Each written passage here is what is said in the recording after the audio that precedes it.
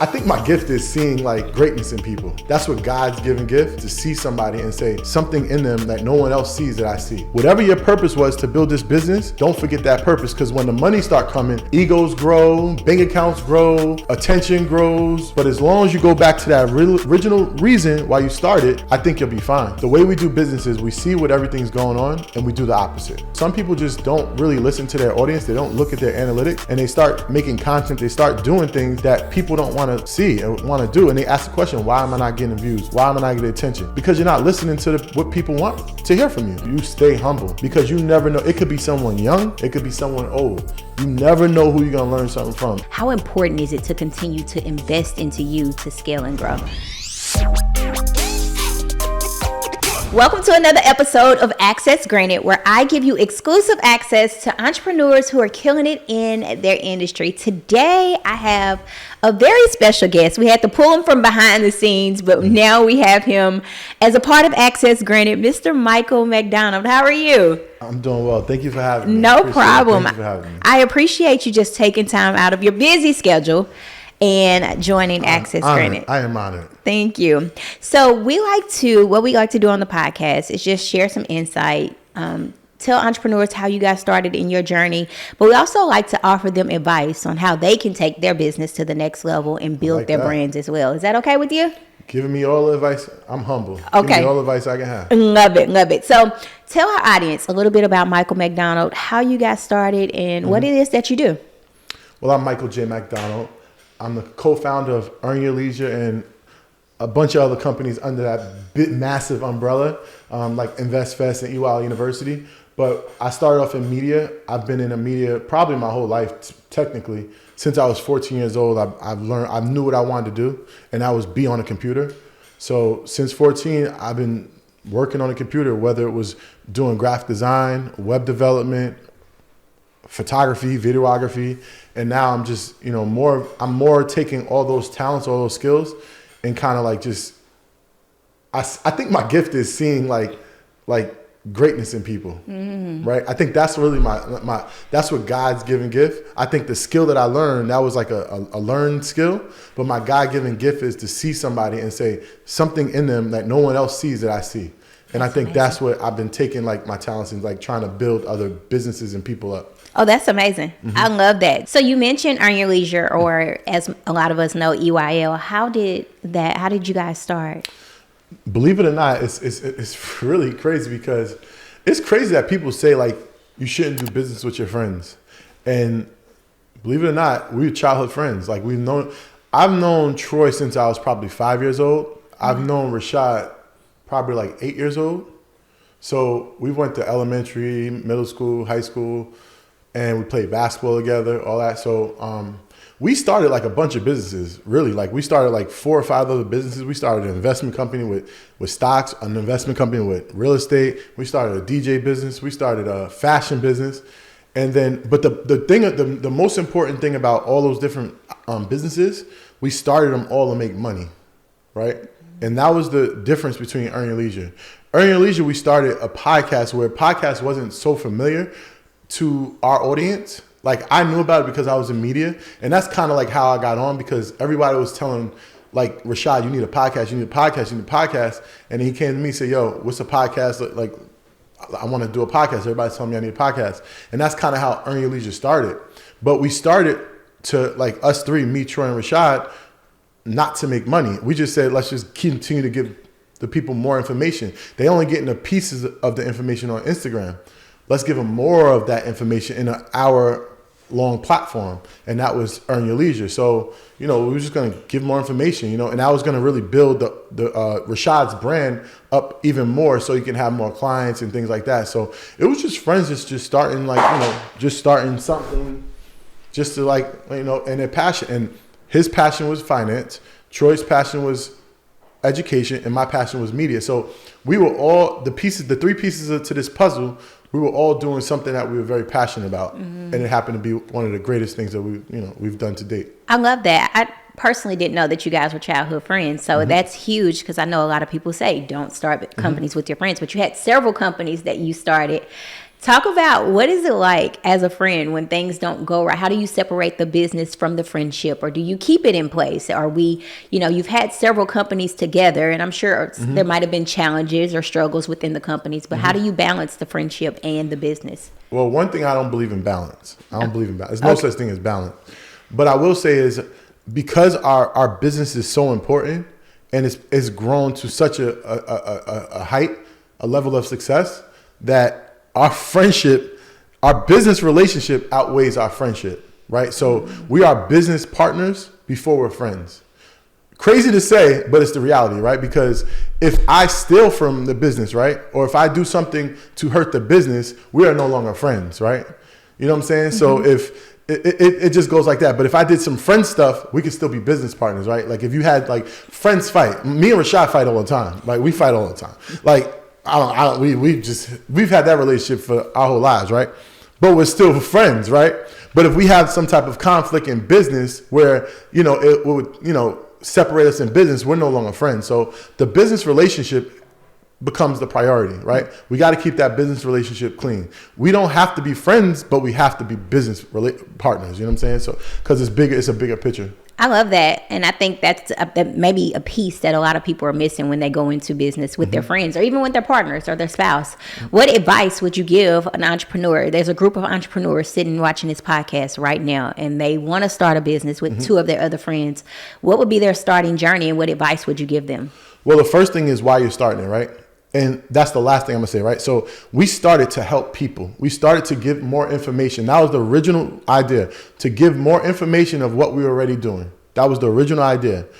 We never went away from that, right? We're still giving a weekly podcast for free. We just did Miami yesterday for free. It was a free event, more information. So the original idea was to give information and to come together as brothers, as friends, and to build this thing called Earn Your Leisure. That was the original idea. And I think the advice I would give, if friends or partners want to come together as business, continue to keep that same mantra, that I'm going to stay together. We're going to build this as friends, or we're going to build this because we're trying to give information. So whatever your purpose was to build this business, don't forget that purpose, because when the money start coming, egos grow, bank accounts grow, attention grows, people in your ear grows, everything grows. But as long as you go back to that original reason why you started, I think you'll be fine. And that's what we always go back to. When we got some conflict, why do we start? What was the main purpose? And I think that keeps us grounded. I love that your purpose, part of your purpose is impact. So I have a community where I teach entrepreneurs how to get access to grant funding. And no matter how big that community gets or where we grow, I always remember that the goal of this is to make an impact into an entrepreneur or into a business to help them scale and grow to the next level. So we just got somebody who received a $150,000 grant. Debt-free, no credit check, and everybody's really excited. And I'm like, this is an amazing opportunity, but what about the other people that are in the community? How can I still continue to make that impact? So we haven't reached the goal of helping everybody, right? Which is kind of my mission. So leading with the impact piece and remembering why I started is kind of, I always have to reflect back to that. Like, yes, this is great, but let's go back to the drawing board and see what we can do to help everyone else. So Earn Your Leisure is, how long have you guys been around? So I started with Rashad in 2017, building his personal brand. So that's the start of Earn Your Leisure, technically, because that definitely catapulted our success so fast, because Rashad had about 45,000 followers on his personal page, and we worked that from 2017, and we started January 19th. We released it January 19th, 2019. So it's been around for almost, it's 2025, so 6 years. Wow. This is going on 6 years. That's huge. Yeah. That's huge. The 19th, I've been married on the 19th. I had kids on the 19th. My wife's birthday's on the 19th. My mother's birthday. The 19th is That's your day.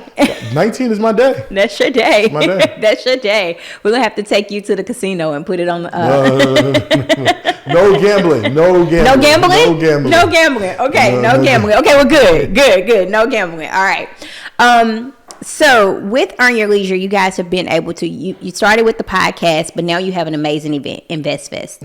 And you've actually been able to not only do Invest Fest locally or in the US, but you've been able to go international. Yes. I was able to attend the London, Oh, wow. and that was next level. I actually had a conversation about that earlier. Being able to be in that room and see the impact just on a international level was, Atlanta is amazing, but London was top tier. I wasn't there. Yeah, really? No. Well, I was expecting my first child. okay, understand. You got to do it again. We got to go back. And I heard it was so amazing. Yeah, it was. I was seeing the pictures and the video. I'm like, I want to go. It was nice. It was really nice. But how did Invest Fest, how did you guys create or craft the idea of Invest Fest, and what's the journey like, and how did it get so big? So Invest Fest is based off of our analogy of how we do business, right? The way we do business is we see what everything's going on and we do the opposite. So originally people were doing summits and we're doing conferences. If you notice around that time when Invest Fest happened 4 years ago, everybody was doing a conference, everybody was doing a summit. How can we do something that has never been done that's going to cause more impact and be big on a bigger scale? And that was when we came up with Invest Fest, where you're going to get the education, you're going to get the entertainment, and you're going to get culture, all three mixed in one. And that was why we called it a festival. Now, the first year, we decided to do it 6 weeks prior to us starting. So we had 6 weeks of planning, and I think that event cost like $1.2 million. We had to do it all out of pocket. And it was COVID, and they were trying to shut it down. There was so many obstacles in our way, you know. My brother had COVID. He was in a coma. Troy had COVID. It was so many things happening while we were trying to make this thing happen. We still stuck to it, and we stayed down, and we kept firing, as Troy would say. And we made it happen, and we got 4,000 people to come to that event. That's huge. Do you guys seek out, so I teach grant funding, so of course I have to ask this question. Do you guys get grant funding for the event that you do? We have never we might have had an SBA loan and we paid that back. Yeah, so you guys qualify for so much grant funding. We'll talk about that later. But yeah. There's so many companies and organizations that will give you funding because of what you do and because you have the results of being able to make so many impacts. I watched a video of a young lady. She was a vendor at the Invest Fest, and she said that was the most money she had ever made in her business, just being a vendor at such an impactful event. So, well, let me ask you a question. When you say that, when is the busiest time for your business? Busiest time for my business is probably December, January. Yeah. Right? So most retail companies, their busiest time is like from Black Friday on to the rest of the year, right? Invest Fest, how many times are you going to be able to get 20,000 people to walk through your door? Probably very, very few. Very few, right? Yeah. Invest Fest provides these small businesses the ability to have 20,000 people to walk through their front door in a 3-day weekend. That's powerful. Powerful. And you're paying a very small fee to be in front of 20,000 people. It's your job to sell. Like one lady made like $300,000, but she was out in the aisle. She was saying, "Come see me," this and that. She was working it, right? She was working it because she was making the best of the situation. She knew the opportunity was there. It was 20,000 people. You only need to convert a very small amount of people, but you have the people. So I look at it as a Christmas. I look at it as a Black Friday again. So, and it's great for these small businesses to actually build their clientele and actually continue to, do better business. That's good. So with Invest Fest, you touch on different topics. You have so many different stages that pour into entrepreneurs. How do you select the topics that you pick or that you speak on? Is this just kind of what's viral at the moment, or what would be more beneficial to entrepreneurs? How do you go about that? I mean, to be frankly honest, it's what's going on. What's going on in the market, or what's about to happen, right? Like the metaverse was something that was going on, right? So we spoke about the metaverse. We didn't speak about the metaverse this year because the metaverse is kind of put on the burner, the back burner. But now we got AI, artificial intelligence. We had a panel about that, which was an amazing panel. So we want to focus on what's going on in the current environment and right at the moment. So that's how we also, we're going to have certain like investing in stocks, investing in options, investing in real estate. Those things are always going to be on because they're always trending. But outside of those things, the primary things, we're going to always get the things that's going on, like crypto. We didn't have a crypto panel last year. Mm-hmm. We'll have a crypto panel this year. Absolutely. Because it's people are seeking information. So you don't want to, you want to listen to the audience. You want to listen to what's going on. You want to have an ear to the streets. And that's the thing with some people. Some people just don't really listen to their audience. They don't look at their analytics and they start making content. They start doing things that people don't want to see and want to do, and they ask the question, why am I not getting views? Why am I not getting attention? Because you're not listening to what people want to hear from you. Mm-hmm.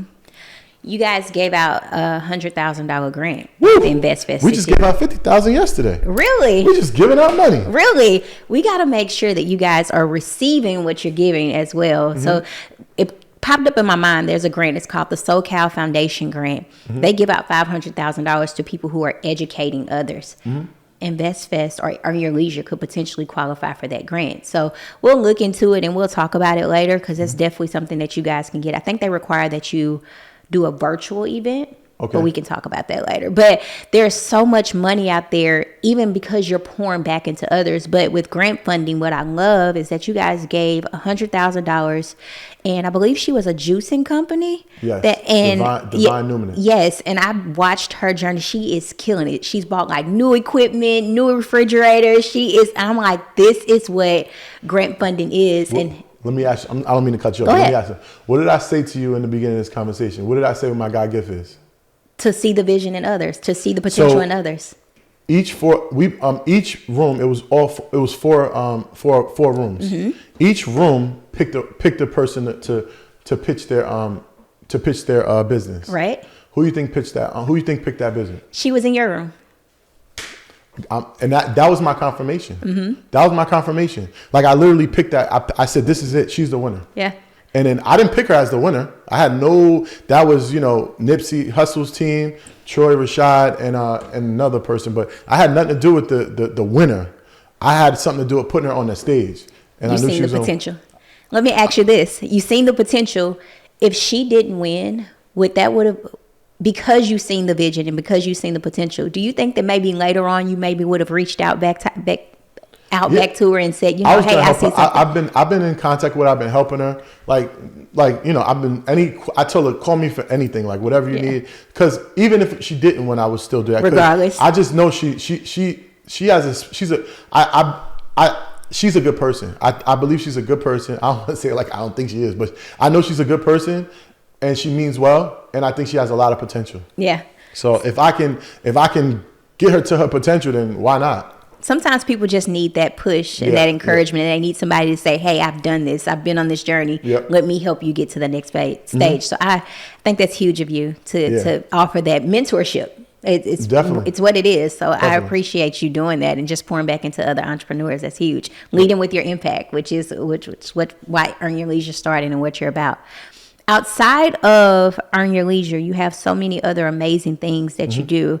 I was on your social media page, and I seen a clip where you were in schools and you were teaching, or not necessarily teaching, but speaking to teachers and educators about the importance or the benefit of allowing kids to have electronic devices. Yeah. And there are probably some people who are like, what? My kid doesn't need an electronic device in school. But I loved your message, and I loved how you incorporated how something so important to kids can teach them a strategy to make more money or educate them in a different setting. Can you elaborate on that a little bit? So let me start from the beginning, right? So my friend Jamal introduced me to this lady named Amber. Mm-hmm. Amber is a consultant in a school in Detroit. Now, Detroit, I'm not sure if you're familiar with the ecosystem in Detroit, but where her school is, it's like the lowest poverty. It's way below the poverty line. It's really bad. And I've learned something.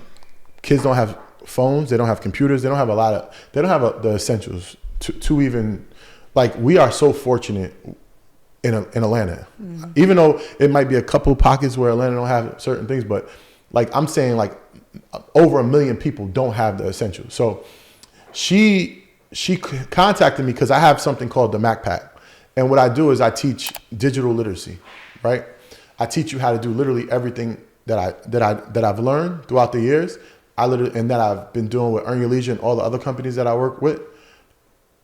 I teach it to other people, right? She was a member of the Mac Pack and she's seen so much information. She's like, wow, this will be amazing if we can get this into my school and teach the kids, because they need to know how to make money now. They're starving, like they don't have a lot of things. So she contacted me and we put a digital literacy curriculum together for juniors from 5th grade to 10th grade. I think 10th grade, 9th or 10th grade. Obviously it's going to go up, a 12th grader can learn it. But what we're doing is we're teaching kids a skill, but we're not really just teaching them just a skill. See, it goes further than that. We're teaching them the skill, but also how to make money from that skill. So we're teaching them the business aspect. Like I'm teaching them how to budget next week. Next week it's budgeting and how to manage your inventory, how to, if you sell this cup, how much is this cup? What is the landing cost of this cup? So meaning like shipping costs to you, shipping costs to them, how much it costs to make it, how much it costs to package it. We're teaching them that now. So now they understand. So if the cost of this is only $5, you got to sell it for more than $5. The thing was, people get into these businesses and they sell things for less than they sell it for less than what they're paying for. So they're losing money from day one. Mm-hmm. So their business automatically fails. So we're setting these kids up to win right from the start. And that's what it was about. So now you talk about when I was talking about the teachers. So I got an opportunity. What is it? I don't remember what the conference was called, but it's a big company that manages basically most of the schools in Detroit. And it's a requirement for all the teachers and principals to come to this event. So I had an opportunity to speak to a handful of principals and teachers in this room and to kind of pitch my curriculum. So that the goal was to get my curriculum in more schools. So it's in one school now, but I want to get it into all the schools. Mm-hmm. Because imagine, what would it look like if a kid could actually use his phone, because we'll get to that, use his phone or learn a skill at 12, 13, 14 years old and make money from that skill at 12, 13, 14, like I was, right? Because mm-hmm. if you understand me, you research me, you know my story, I was making money at 14 selling flyers, designing flyers for local promoters in my neighborhood, right? And I was like $50 a flyer. I was doing like 3-4 flyers a week. That's $200, $250. That's why I was always having Jordans, because I was buying them myself, because I was making the money on my own. So, and I didn't even know what an entrepreneur was, what it looked like. I didn't even know I was an entrepreneur. But I knew that I wanted some Jordans. My moms couldn't afford it, and I had to make some money. So what would it look like if these kids are have a structure? They don't have to guess or have to experiment on what works. I'm going to show them what works, and I'm going to show them how to make money with what works. So that's what the goal is. And that phone, what I was talking about with the phone with the teachers, I was basically telling them, you're trying to take the phone away from them, where you can use this phone as a tool. Mm-hmm. You can use this phone to actually show them how they can be more productive, make money with this phone. Learn, one teacher was going back and forth with me, they shouldn't be using a phone to solve a math problem. I said, I'm sorry, sir, but if they understand the formula on how to calculate, how to input the formula into a calculator and get the answer, that's good enough, because they're never going to be without a phone, a calculator. Well, 50 years ago, I could do it in my head. I said, I'm sir, no disrespect, but this ain't 50 years ago. Mm-hmm. This ain't 50 years ago. You have to let that go. You have to change how you learn is not how they learn. Mm-hmm. It's like a thing where I don't want to say that, but basically, so I was trying to tell them, times have changed. You have to catch up with the times, and basically let these kids use the phone, but kind of obviously limit them from going to all these different social sites and whatnot, but show them how to make money. And I promise you, if you show a kid how to make some money with a phone, he ain't going to be on no Instagram. Mm-hmm. I promise you that. Yeah. I think entrepreneur education should be in schools. It's just the world that we are gravitating to. There are so many people who need a skill, and college is not always the journey that a lot of kids they don't want to be on. I have a daughter; she's 13 years old. she texts me, though she has a little online shop where she makes custom jewelry and she sells custom jewelry. She texted me from school the other day, like, I just made some money in school. Why am I here? I'm like, no, you still have to stay at school. You still have to be at school and get off your phone. But it's exciting that you know that you can make money while you're still working or while you're still being at school. So I think it's important. I think more people in more schools or more teachers would even incorporate that in what they're teaching, because that's what a lot of kids need to know, that college is not the only roadmap. Not every kid is going to school. Yeah. Not every kid is going to understand stocks. Not every kid is going to understand real estate, but they'll understand how to do a skill, whatever skill that is. I'm teaching a variety of skills: how to build YouTubes, how to build social media, how to build websites, how to build, how to do videography, how to do photography. So many different skills, and I'm telling you, each kid is going to find a passion in something I teach. Yeah. And when I show them how to make money with what they learned, they're off to the races. They'll be good for the rest of their life. It's like you can give a man a fish, but he'll only eat for a day. But if you teach him how to fish, and that's what we're doing, we're teaching him how to fish. So I put something on social media the other day. I said, would you invest $100,000 into a mentor, or would you invest $100,000 into your kid's college education? And I got a lot of different feedback. And I sat down and I tried to figure out which one would I do. I want my daughter to have both, right? I want her to go to school. I want her to have that experience. I went to a HBCU. So, I think it's a whole different experience and relationships that I built. But if I could really invest $100,000 into a mentor for her, especially if her journey is to be an entrepreneur, it would help her make millions, right? Which sometimes sometimes college wants. So that's what I was going to ask. What would be your? What are we talking about? It's not even a question. I mean, $100,000 in a college fund versus $100,000 into someone that can teach how to make millions. What are you talking about? Yeah. I mean, $100,000 is going to be debt. I mean, it's going into colleges don't teach you how to make money. They don't teach you how to be an entrepreneur. So it's hard, and it's not even their fault, because most of the teachers, whatever they're teaching, or professors, whatever they're teaching, they're not even active in the business they're teaching. So it's like, how can you teach me how to be a millionaire and you're not a millionaire? Because if you was a millionaire, you wouldn't even be here, right? So it's like, it's pretty difficult. It's really hard. And I'm not against college. I mean, I do want my kid to I want my kids to do whatever they desire, right? But the goal is to give them the exposure to understand, have a better understanding of what they want. Like, I didn't know about options, right? Option trading until I was 35 years old. If I knew about that maybe at 25, I'd probably been doing it at 25, right? But you don't know what you don't know. So I say that to say, I want to give them every single thing that I can possibly give them, whether it's a trade, whether it's grant funding, whether it's public speaking, whatever it is. I want to give them the exposure, and all my friends, I would want them to come sit down with them when they get older, to like in all the different fields they're in, to get them the insight so they know. And once they get the passion for something, I want them to let's dive right in. That's big. That's big, and I think that's huge as a parent, just to invest into what your kid's journey, right? Instead of trying to force a journey. That's okay. Instead of trying to force a journey on them. So you have Earn Your Leisure. You have an amazing, it's called the Mac Pack. Is that correct? My last name is MacDonald. So. Okay. And now I'm calling my kids and my family the Mac Pack too. So we ride with, I got it trademarked and everything. So we ride with the Mac Pack. That's big. Yeah. I love it. The Mac Pack. What's the goal for the Mac Pack? So the original goal was just me teaching people, right? That was original. Like, it's just like Earn Your Leisure. The original goal was just to continue to help people, not to build InvestFest, not to build EY University, not to build a network. It's just to help people, right? And that's what it really was. But I am gonna really structure this curriculum for the schools in a high standard or like a very high level situation, right? Where you're going to be able to take this curriculum and you're going to be able to teach it, whoever it is in that school. So I do want that. And that's probably going to be the Mac Junior. The Mac Pack, my community, that's like just my community and my people that really pour into me, because they say you need to focus on the people that focus on you, right? And I started wearing suits because, I'm with these two big giants. It's the reality, right? They're two celebrities, right? And when I walk into a room, if I'm walking into a room regular, I'm just, I'm unseen, even though I'm the biggest person in the room 9 out of 10 times.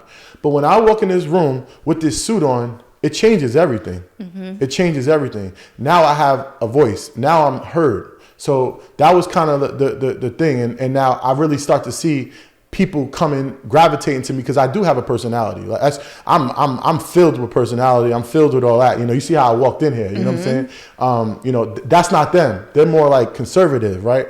And I'm more. And I've been holding I've been dimming my light. And what is it? I just heard this. Ian said this. Don't dim your light to shine someone else's light. I've been dimming my light for a long time.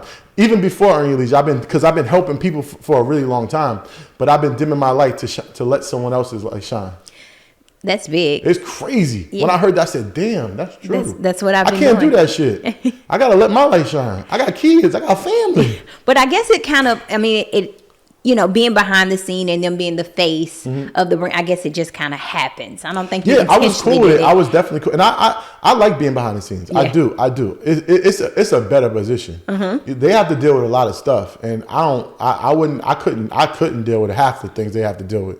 So I like being behind the scenes, but I still need to be myself, like jumping down the stairs. I can't, I was being conservative for the brand, for the business. But it's like either you love me or hate me. I can't be somebody I'm not. And that's what I mean by, I'm just, Yeah, of I course. can come in the room and I'm going to fill the room with love and joy. I love that. Yep. And that's what we need. Sometimes you get in the room. Didn't y'all feel some love when I walked up in here? Woo! You know what I'm saying? I think sometimes as entrepreneurs, we get in these rooms and we're just kind of. Yeah. You ain't gonna see that from me. Yeah, no but more. when you're just naturally yourself, people gravitate to you. People love you for who you are, and I think that's big. We were in a room together a couple of weeks ago at a speaker event, and you were just so full of joy and jokes, and it was just you, right? And you was like, "This is me. This is what you're going to get." And just being in that room in that space with about, I think it was like 15 entrepreneurs, 7-8 figure earners, it was huge, and it was just a whole nother impact. But we were in the room. We both were in the room because we wanted more. We wanted to be better at being a speaker. Yes. And even in the space that you are in, you're still investing in going to the next level. Yep. What advice would you give to the entrepreneur who's just like, I don't need a mentorship. I don't need any more coaches. I don't need any more webinars. How important is it to continue to invest into you to scale and grow? Well, I mean, you always should stay humble, right? That's one of my weapons, right? I can walk into a room and I remember I just got off InvestFest, InvestFest with 20,000 people. This was last year, right? And I went to a mastermind a week later. His name was Pedro's Killian. You ever heard of him? I went to his mastermind, and I'm in a room, it was about 600 people in there, and I literally was humbled. Like, I didn't really tell him who I was. I didn't tell none of the people. Obviously, I met Pedro's, and I was trying to get Pedro's for this year, but it didn't happen. But, I went into this room very humble and learned and listened, not just to the people on stage, but I was listening to everybody in the room. Like, I was just like, this is my first day. There is one mistake I probably did that I shouldn't have did. I started to build my brand like an influencer, and that was probably wrong because that was the wrong guy, because I am starting from scratch, but I'm not starting from scratch because I am a CEO of a major company. So I can't come off like that influency. And I kind of was. I did a webinar and stuff, and it was people just trying to convince me, and it made good money, but I didn't even want to do it for the money. It was just not even it wasn't really like me, and that was a one-time thing. And I was like, I ain't gonna do that, but I was humble and I was able to receive and listen to the information. So the advice I would give you stay humble, because you never know. It could be someone young. It could be someone old. You never know who you're going to learn something from. And reality is them young people are going to teach you more than anybody, because they are hip to the information. They are learning on a high level. My son is 2 years old, know how to work all these electronics and stuff. Just imagine if we had that at 2 years old, So they're already advanced. And I'm going to listen to the young crowd as well. So my advice is just to continue to listen to anybody. Anybody could teach you. Anybody could teach you. Yeah. Don't act like you're too good for nobody. And I'm never, that's just not even in me. I never. And I think as a business owner, that humble piece is important in every conversation. A lot of conversations, you can take something from it if it's the right conversation and apply it to you and your brand and be able to kind of tweak or make an investment into your business or brand to help you scale or grow. So that humble piece, I think that's something that we often miss. What advice, give me, before we end, top 3 things that you would give or tell an entrepreneur who they want to start their business, they want to start their journey, they're scared, they're afraid, and they need that push or encouragement to go to the next level? Well, the first thing is being scared, right? I was scared to make content. I was terrified to make content. I actually was recording content for 3 or 4 months, like a bunch of different content. I was scared to put it out. I wasn't putting it out. And it was somebody said, why are you scared? Like, are they paying your bills? Are they taking care of you? Like, just put it out. And literally, I had that conversation with someone, and the next day I made content, I just put it out. And I put out content for like 9 months straight, and I got like 80,000 followers. Wow. I was on fire. I was cooking. I was on fire. Because I was just like, what I realized is the more content you make, the more creative you are, the more like concepts and ideas come to you. Like you're like thinking about ideas at every second. You're like an idea generator. Like, so the more creative you are, the more things you can come up with. So that was one thing I would say fuck it and just do it.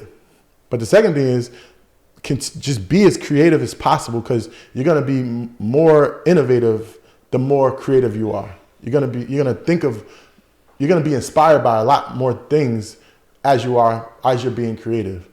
The third thing is get a mentor, right? Or the second or whatever, get a mentor, get someone. Don't try to recreate the wheel, right? You take the wheel and you just add what's better, right? You have to see the problem and then come up with the solution. The problem is people are focused on getting the business and they forget about the solution, the product. Focus on the product. Make sure the product is very, very good. And then worry about getting the people. Because once you get one person, they love your product, what do you think is going to happen? They're going to tell somebody, and it's going to explode because you focused on the product. Stop focusing on the attention before the product. And I think so a mentor, a product, and keep creating, keep being innovative. Oh, that's good. And I tell people, I say this, I host a free class every Monday. And I need to attend it. Yeah, you got next level access. So, See, I'm humble. See, no, I gotta get it. I know I'm gonna learn something. And you talking about 500,000? What we talking about? Let's go get it. But I always tell entrepreneurs to find a problem and be the solution. Grantors, what they're looking for are entrepreneurs who have located or identified a problem and they have offered a solution to the problem. Invest fast, earn your leisure. We know that entrepreneurs need this education to take their business to the next level. The solution to that is we have created this platform that now educates entrepreneurs and give them the resources they need, so it opens up the door for more funding. That's what we educate entrepreneurs about in our community, how you can get access to debt-free funding to scale and grow your business. So I'm just excited to be able to just make this connection and provide access to our audience on how they can start their journey, how Earn Your Leisure started, and insight to Michael MacDonald, who is now no longer dimming his light. He is... Don't dim your light for someone else's light. We appreciate that. Tell the audience how they can find you. You can contact me at Earn Your Leisure or Michael J. MacDonald. That's MichaelJMacDonald. And you can put a .com on that too. Thank you so much. All right, you guys, that wraps up another episode of Access Granted, where I give you exclusive access to entrepreneurs who are killing it. Make sure you like, subscribe, and comment below, and I'll see you soon.